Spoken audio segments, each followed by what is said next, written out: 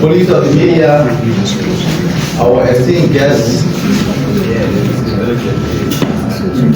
radio listeners, television viewers, media colleagues, I'd like to encourage you to please be silent. If you have your phone with you, you can put it on vibration or on silent, and then have the quorum in a proper way between this hall. For those of you who follow us, today is Tuesday, with our regular press briefing here at the Ministry of Information, Cultural Affairs and Tourism. The Acting Minister of Information, Cultural Affairs and Tourism is Honorable Johnny Tapa. He is the Deputy Minister for Administration. While Minister Pia is away, he is in charge. Minister Tapa will come and present few position statements on behalf of the government, after which the Deputy Commissioner General of the Liberia Immigration Service for Operation is Anthony A. Kandakai Jaleba will come and give up an update on the current affairs of the Liberia Immigration Service.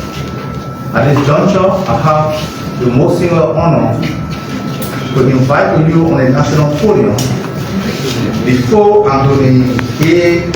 Kandakai Jaleba comes in. Minister Tapa will come and give you government positions, and then the Deputy Commissioner General for Operation, who is currently in charge of the Liberia Immigration Service, acting, will come on the national podium.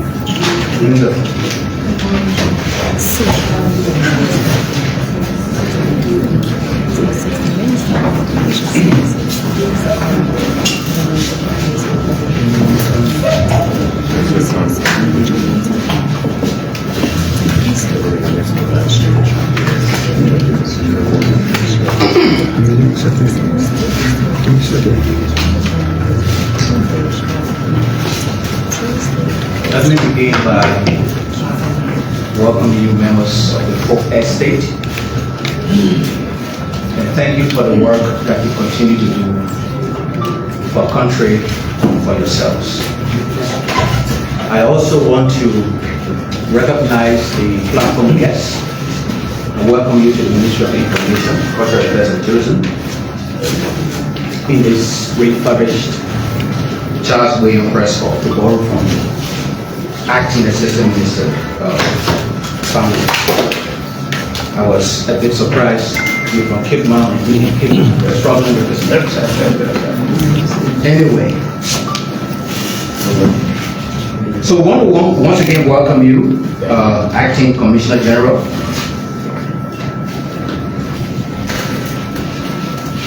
Anthony Jaleba will provide updates on key programs and initiatives currently being implemented by the Liberia Immigration Services, particularly those aligned with national security objectives and the government's broader effort to strengthen management and migration control.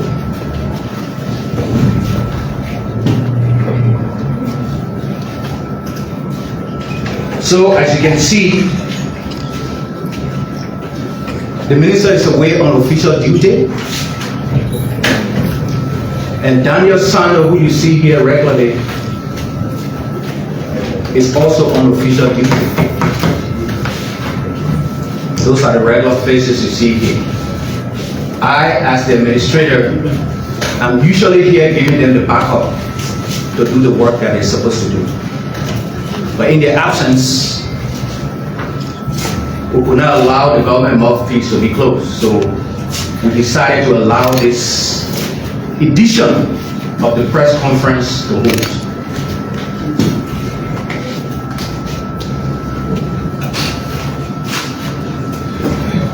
So the Minister of Information, Culture and Tourism, Minister TrueLiberia, is at the head of a 3-member delegation in Dubai to attend the commercial hub of the UAE.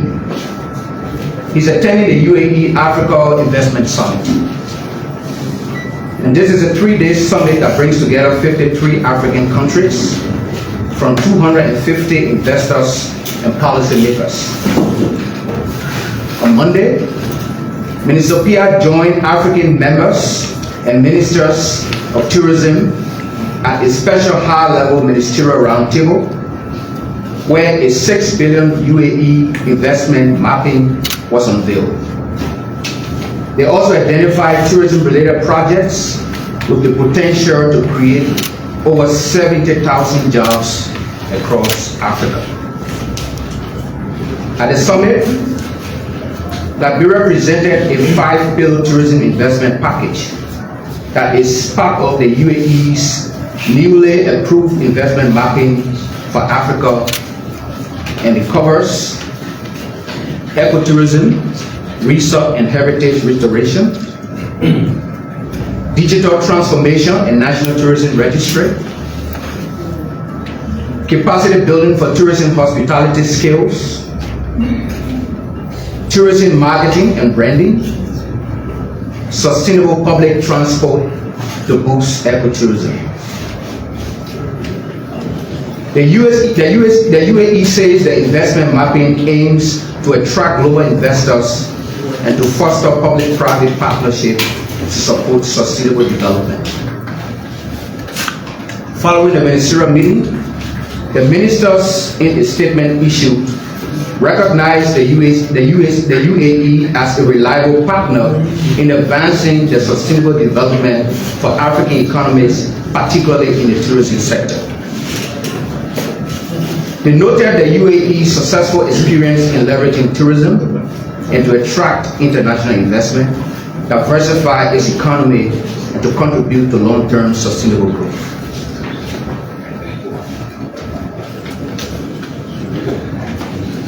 So, we are all aware that yesterday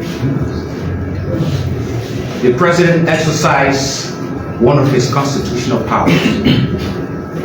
And I want to read this. And this update is important because after the president's decision, there were varying views. On Facebook, the internet broke loose in Liberia. Some were saying the president was wrong. Others were saying, for some of those people who said when the president appointed us that we're all corrupt people, there were those now saying some of those that the president dismissed or allowed to go were not the good people. So government has taken a position and we want to come up to say this. The President of the Republic of Liberia yesterday made several changes in government affecting ministries and other institutions. The ministries affected were the Ministry of Lands, Mines and Energy, the Ministry of Education, the Ministry of Gender, Children and Protection, the National Commission on Higher Education, the Liberia Immigration Service, the Civil Service Board of Appeal, Liberia Airport Authority, when he accepted the resignation of the board chair and directed the retirement of the managing director on medical grounds. The president also made a series of appointments of judges in the judiciary branch affecting Bong, Lofa, and Grand Jury counties. President Bwaka extended his appreciation to the outgoing officials for their services and called on those who are filling the void to serve with integrity, diligence, and with a renewed sense of duty to the Liberian people.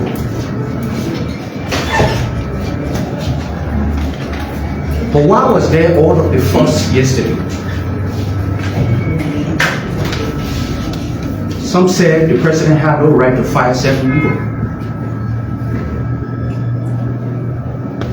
But the Liberian Constitution, under Article 56A, gives the power to the president to allow government officials, especially cabinet ministers, the deputies and assistants, to serve at the pleasure of the president. Now, what does that mean? It means that, to put simply, the president can appoint you today. Today is Tuesday. On Saturday, the president can relieve you. He can relieve you, he can fire you without citing any cause, without citing any reason.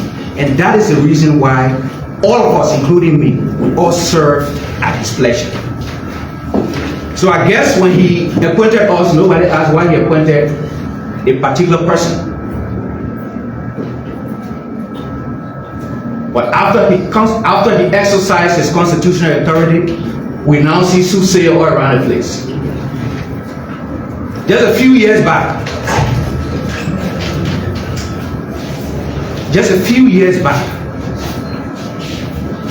no one had the audacity to fire anyone in government because they were preserving their own pepper bush.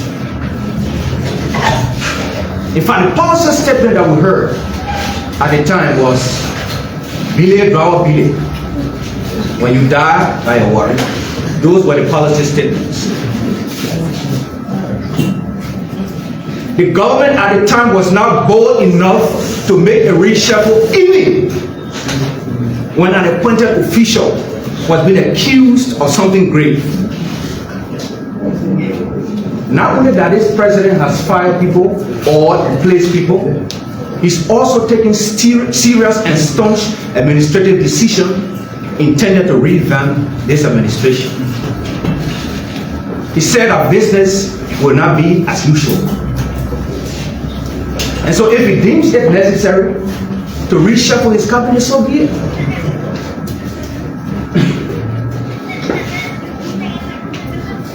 I heard some people from our anointed neighbors say, because certain people did not agree to partake in corruption, and that is why the president fired him. That doesn't even make sense.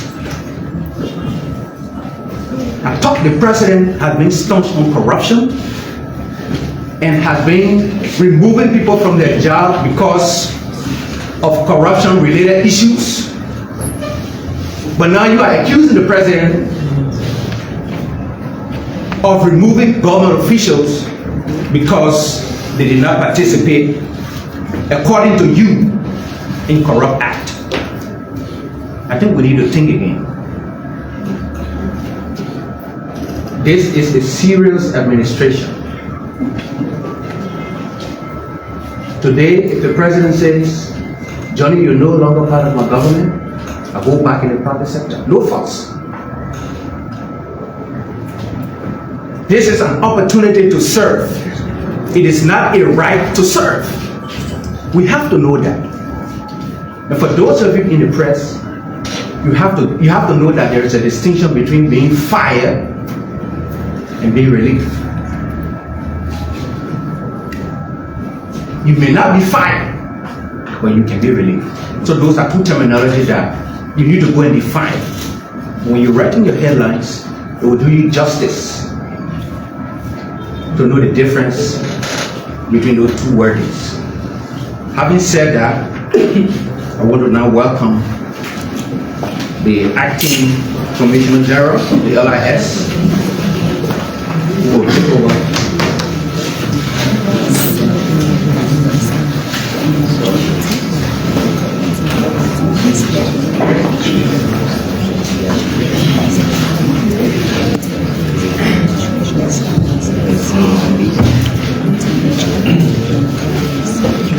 Honorable Acting Minister of Information, members of the press, distinguished ladies and gentlemen, fellow Liberians. On behalf of the Commissioner General of the Liberia Immigration Service, Mr. Elijah F. Rufus, I am pleased to present this update on key developments within the Liberia Immigration Service, reflecting our continued commitment to national security, institution reform, and professional excellence. The Commissioner General is currently in the United States attending the International Narcotic Law Enforcement Conference alongside with the Inspector General of the Liberia Police and the Acting Director for the LDEA. The discussion focused on strengthening global cooperation against drug trafficking and transitional organized crime, underscoring Liberia's growing engagement in international security efforts. Meanwhile, Honorable M. Dickinson R. Tamba, Deputy Commissioner General for Naturalization, just returned from Benin, where he attended the ECOWAS conference. He regrets not being here because of other engagements that he could not attend this conference. In fulfillment of our national security mandate, the LIS has deployed 150 armed officers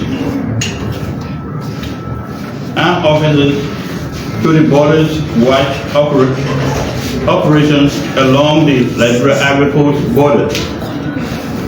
The proactive action followed the recent Ivorian elections and aims to safeguard Liberia's integrity, territory, prevent cross-border disturbances and maintain peace within border communities. To improve the welfare and efficiency of our personnel, we have commenced the process of securing land in every county for construction of residential quarters for our personnel. We extend appreciation to local authorities for their cooperation.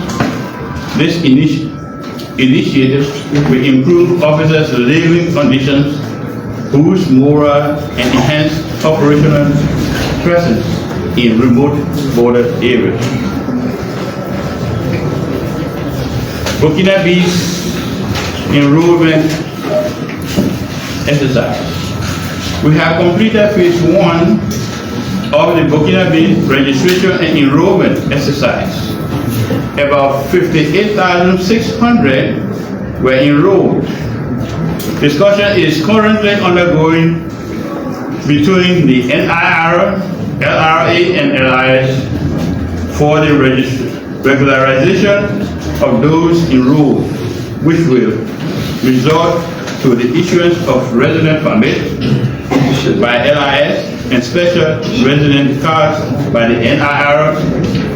The LRA will establish a special UL depository account for these fees collected. The LIS administration has also reaffirmed its zero tolerance policy against officers' involvement in political activities.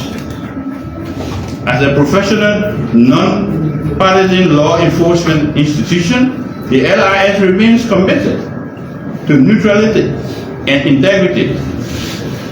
Any officer found in violation of this directive will face disciplinary action inconsistent with our code of conduct and civil service agencies policies.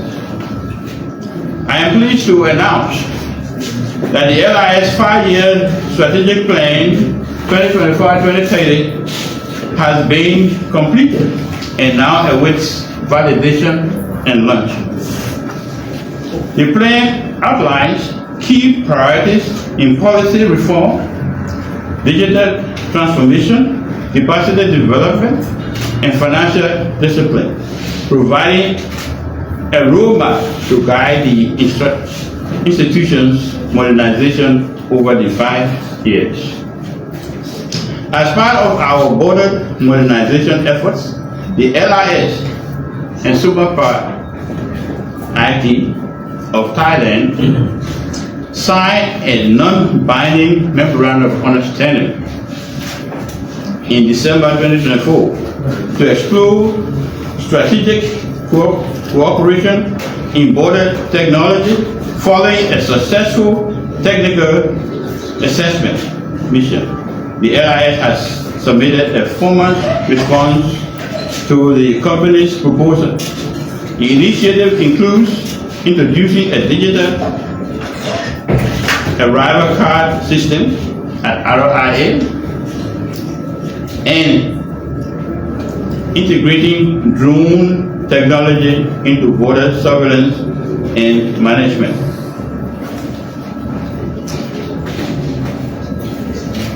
Management innovation that will greatly enhance border monitoring and data-driven decision making.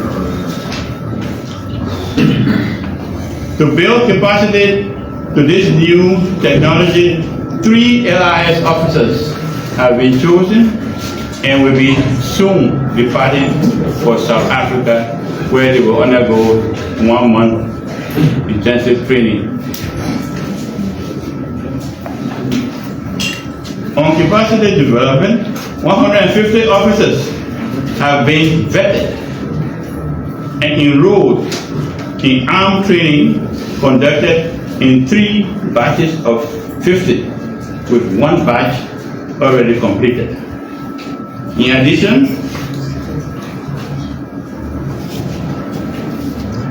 40 intelligence officers recently completed a 2-week intensive training under the auspices of the National Security Agency,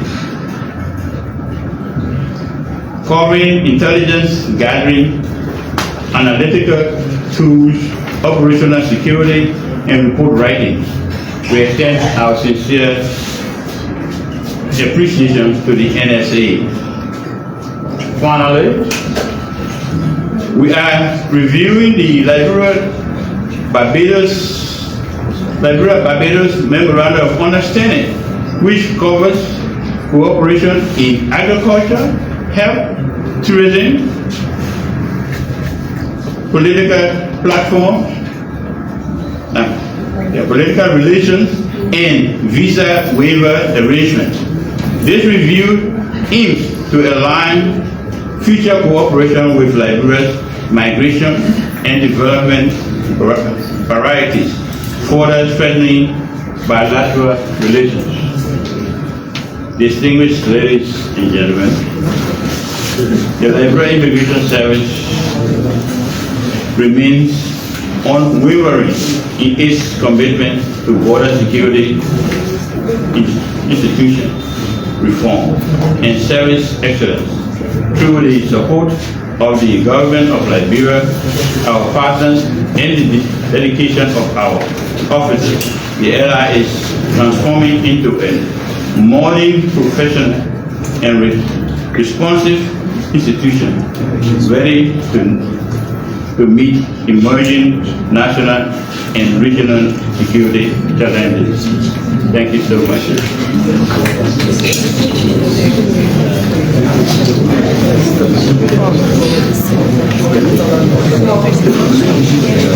Media colleagues with questions, please come in here.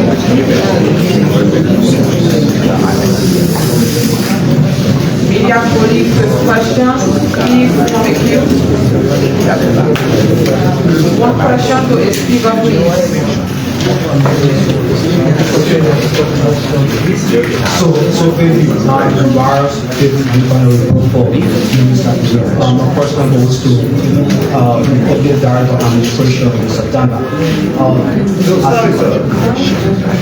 Deputy Commissioner General for Operation, As in Mr. Tanda, Deputy Minister for Administration is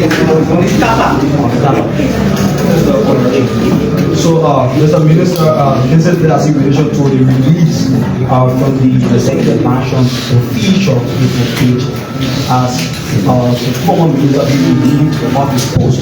Following that, his wife, Madam Comfort, or Mrs. Comfort. Which former minister you refer to?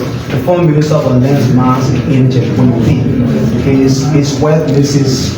Comfort, wrote on a page. Thank you for making me proud, a very proud wife. Your children are equally proud of you.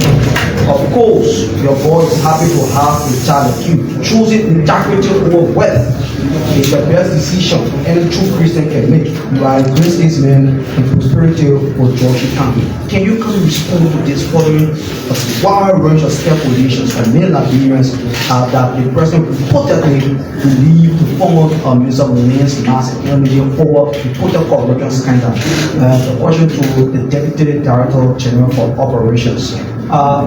In terms of Commissioner General, or the Deputy Commissioner General for Operations, the Liberia Immigration Service. In terms of border efficiency, many times we have seen that substances, illegal substances, are being caught at the borders by the blood drug enforcement agency. In terms of border efficiency, how your manpower equipped to ensuring that the border is well equipped to stop illegal substances of into our country?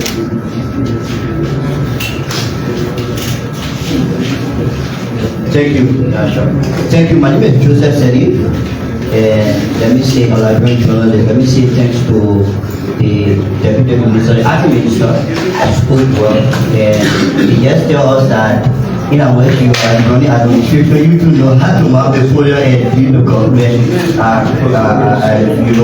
community government programs and policy. But my question goes to the Deputy Commissioner for Administration. Is there any specific channel? Is there any specific channel where you go to do your document? Because many times we carry our own investigation. Many times we see many officers from the Immigration Service serving as almost like. Please have you quiet. The police are asking questions, please. Serving as. So you have to repeat, right? Okay, I'll do that. So I want to know, is there any specific channel in which when I want to do my document as a foreigner, I go to that place and do my travel document and things? Because many times we have been carrying our own investigation. We see some immigration officers serve and taking foreigners, particulars of them, going and doing it and bringing it back to these foreigners, not going through the regular channel. What are some of those mechanisms the Immigration Service are put into place that you now have people in the system and working for these foreigners? Thank you. Thank you, Mr. Tapa and the rest of the platform here. But let me ask the ARS. My name is Mopolu and I report for Inside Liberia. And so, your statement emphasizing that, the LRS is warning officer to avoid political conversation. It reminds me of the statement that talked about cause and effect. That means you may have understood or maybe observed that some officers are involved into political conversation. That is why leading you to come on the national platform to emphasize that they shouldn't be doing this. So how many officers is involved into discussing politics instead of them doing that? Thank you. Good afternoon, Commissioner. My name is Christopher Besman, and I report for Inside Liberia. Talking about your 5-year strategic development plan, for which it is commendable, and waiting to your validation. I mean, would you mind at least highlighting few of these development options within these plans so that the public can be aware as to where do we stand in the near future to come, talking about this 5-year plan. Thank you. Thank you. Good afternoon. My name is Desmond Nguyen. I represent the Democracy Watch newspaper. Let me say thanks for the Deputy Commissioner General for his presentation. It was detailed. I'm inclined to ask these questions. Honorable Commissioner General, Deputy for Administration, can you operation? Sorry.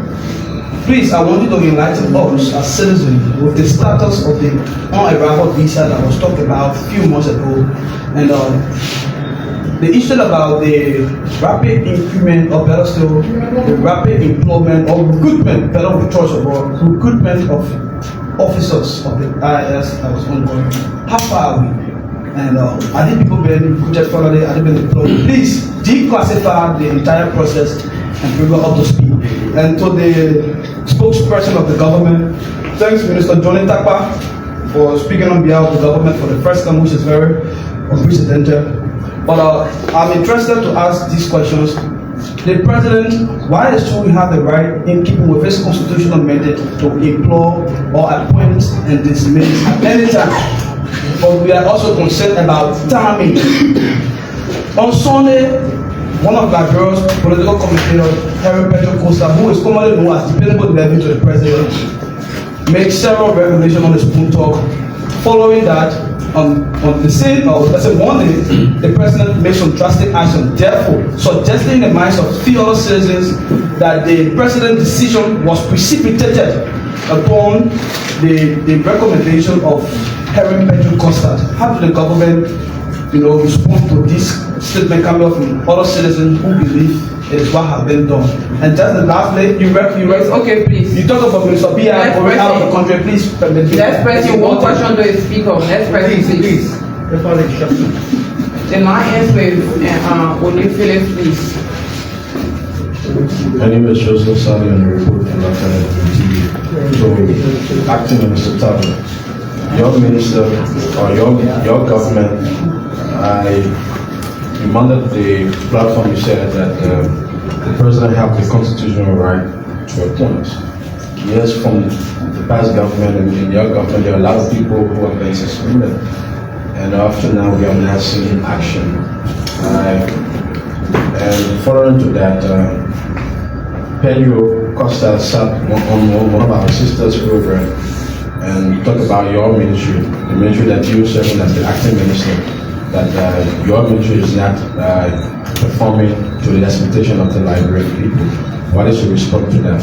And to others, there are a lot of increasement when it comes to foreigners coming to the country, especially the walking and being.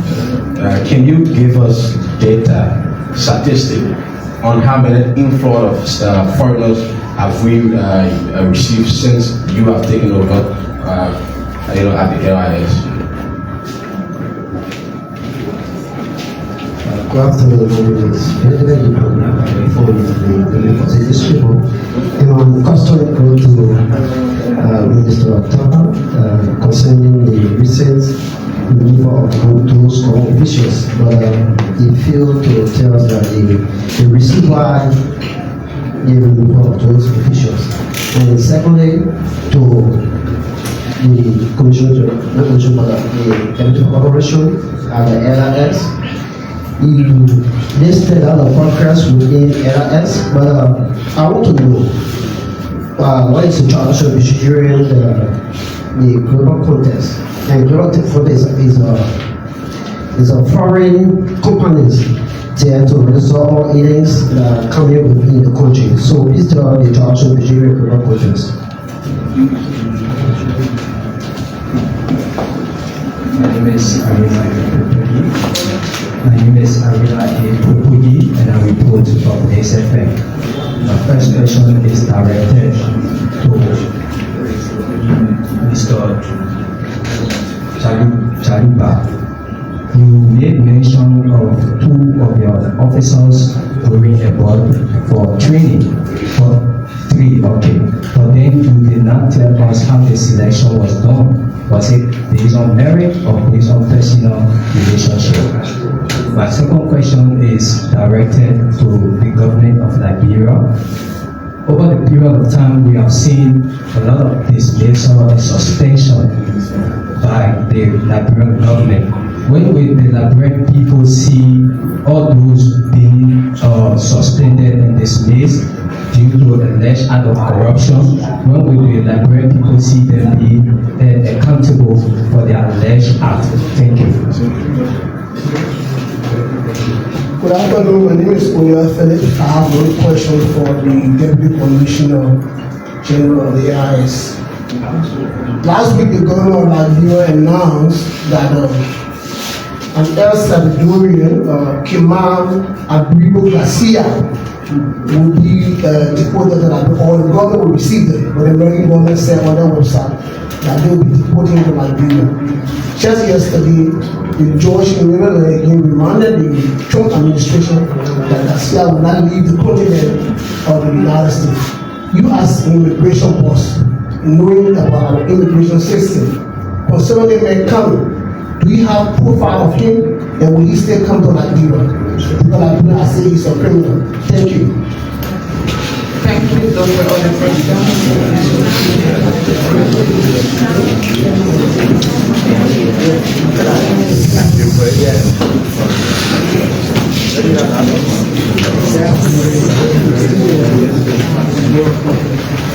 Thank you, gentlemen. I will start from the last, where the question is whether how the selection made as to the screening that are going to South Africa.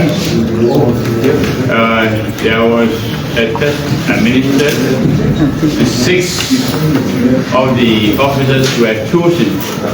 They did online training for about 2 weeks, and the selection were made by the South African trainers. They chose among the 6 the 3 most efficient that were tested and passed, successfully passed. So that's how the selection was made. All right. About Contact Global. The LIS, actually we inherited the agreement that was consummated between LIS and Contact Global. So our predecessors entered into an agreement with Contact Global. Like I said, we inherited it and we have to honor that. So it is ongoing. They are responsible for the resident permits of foreign nationals.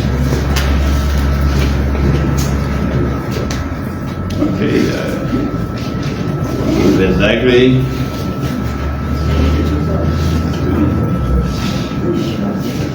Okay,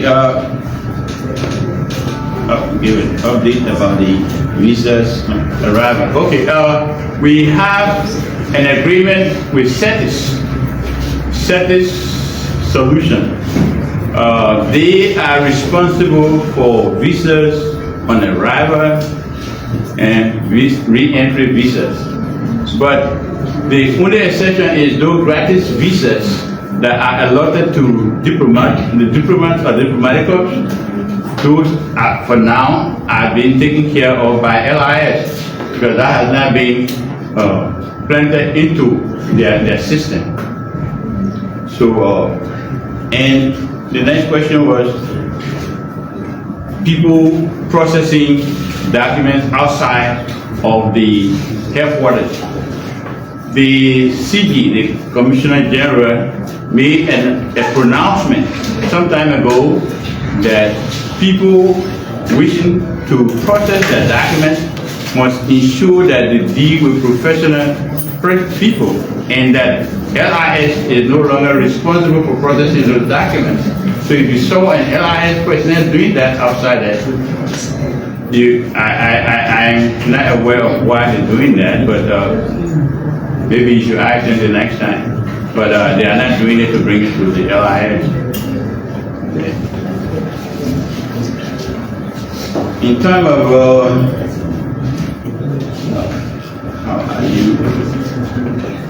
okay, the next question was, how many persons or foreigners are in the country? You know, as we speak, they are coming. So that is hard to predict. But like I told you, the Burkina Bees, because of the influx of them, we decided to go and enroll them because they are illegally entering in their country. But these are all, at the time, ECOWAS citizens. So the free passage program covered them. So the enrollment is intended to regularize their status, meaning to grant them resident permit status so that they will be here regularly and legally.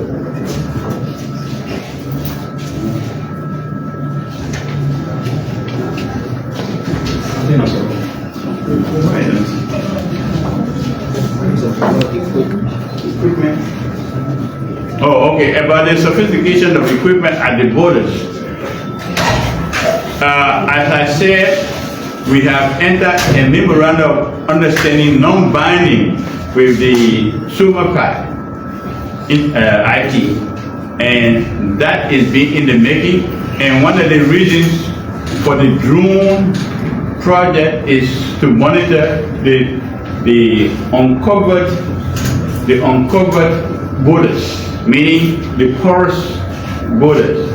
And hopefully when that is completed, that to some degree will help in minimizing some of these things. But for the most part, those arrests made at those borders are joint security operations.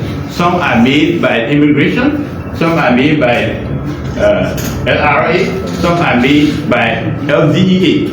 But what happens is that when those arrests are made, they are directed to the area that is responsible. For instance, when we arrest drugs, we send them to LDEA. When we arrest guns, we send them to police. So that's how that is done, joint security. So those questions that I have not answered, I will hope that I have answered your question. The Garcia question I will take. No, that question will be answered by Garcia question I will take. Okay, the improvement update. Now we have about 500 plus on the standby. That we have projected, we have proposed. When that is accepted, there's a budgetary allotment forecast or proposed. When it is accepted or passed upon, then of course, we intend to treat another 500 plus, maybe 550, 520. But those that successfully pass the first test, they will only now take the medical examination to see that those that are going to be recruited, they are drug free, they are free from other infections. So that is, I believe I have satisfied your question. Thank you.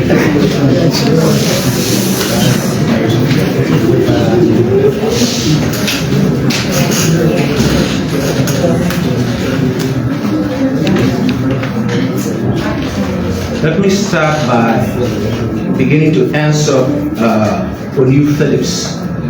I guess Onu was the one who asked about Garcia, right? And he was asking about the profile of Mr. Garcia. Well, Onu, as far as we know, as far as the government of Liberia is aware of, the profile of Mr. Garcia states that he is not a convicted criminal.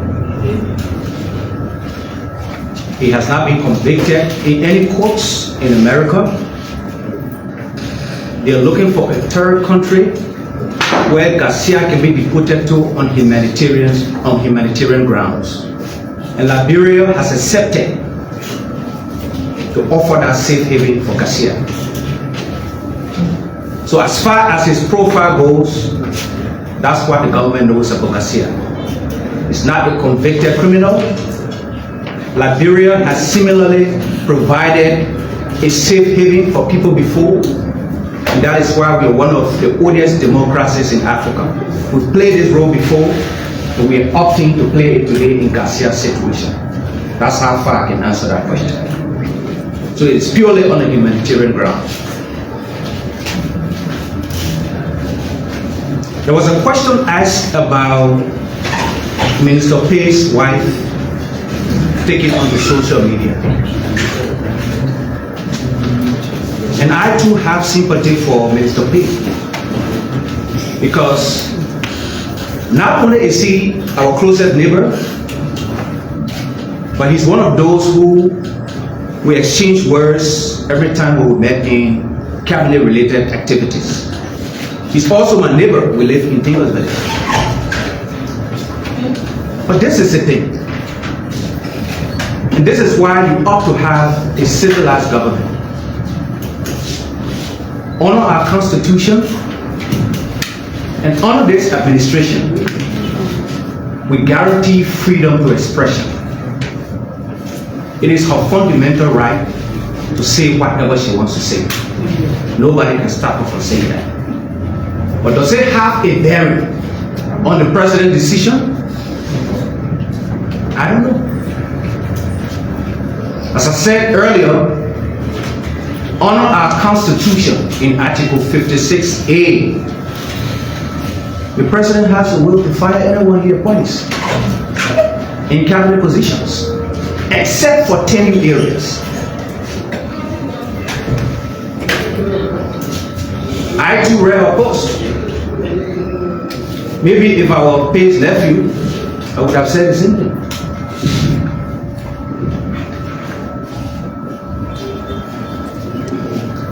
And we asked a question about the timing of Costa's post, just opposed to the president's decision. Well, this, I guess if the president were to hear this question, perhaps he would be laughing. Because the president that I know, the president that I sit in meetings with, would not be listening to Costa to take a decision, a national decision. I'm not sure. The question I pose to you back, because you're in the press, is this the first time that Costa has spoken?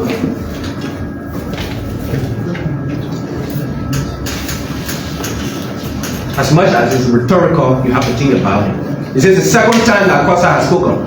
Costa speaks every time. And I don't want to make Costa's podcast to be the center of this press conference. All I'm saying is the president takes an independent decision as the president of Liberia. So his decisions are not based on the mere podcast.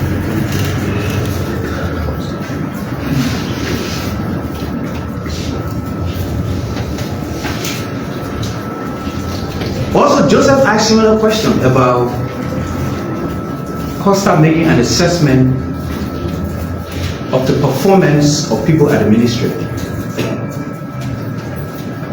Well, as much as you know, I'm a finance man, the job we are called to do here is to defend the government.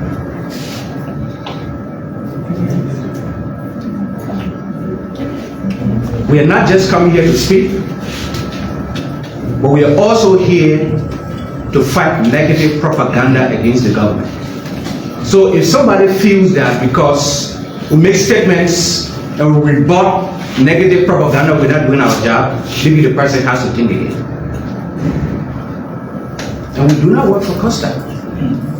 The president who sent us here, if he feels we're not working, the same decision he took yesterday, he may likely just take it.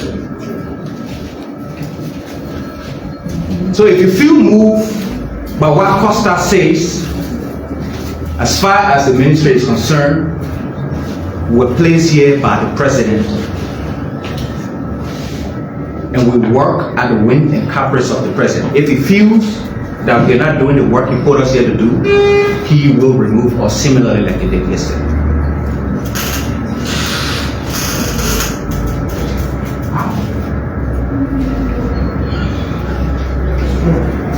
There was a question about the dismissed official. So when the president usually, so let's try to understand this first. The officials that were removed yesterday were removed without any cause. So they're not being seconded to any investigation panel or something like that. So we have to set that straight. And that is why the president commended them for their service. Other officials who have been removed by the president previously, if they were removed for a cause, the president has turned them over to the requisite authority for investigation if they need be. Now, usually it is the LACC or any other investigative organ of the government. I'm not sure the president will want to turn it over for investigation and then start to run behind those cases to find out if or why they're not being investigated. You, the same journalists, will come again and say the president is trying to influence the case. The executive is trying to influence the case. So when the president takes his decision, those individuals are turned over to the requisite parastatus to do the work they're supposed to do. As far as I know, some of these investigations are ongoing. And when we reach a conclusive decision, the press will be informed appropriately. Is that all? Yeah. I think that's all. Thank you.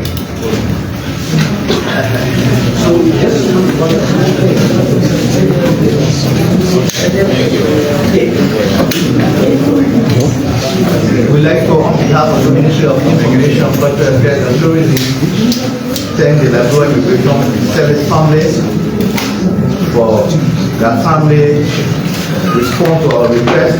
We were just yesterday evening, we communicated with them.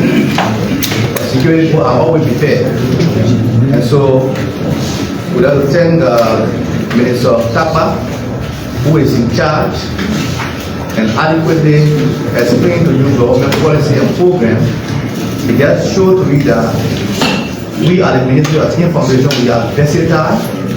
It means we can take on taxes and we're responsible to do and do it adequately. As a finance man, today we saw the role on behalf of the team, the senior management team. We also have to say thank you to you, media police, and our listening audience. We have to thank Minister Paul, who represented the minister on the dedication of one of the radio stations, and that he and join us. And so we see you there Thursday. We are making a frantic effort by Thursday to have the Environmental Protection Agency. Thank you for coming.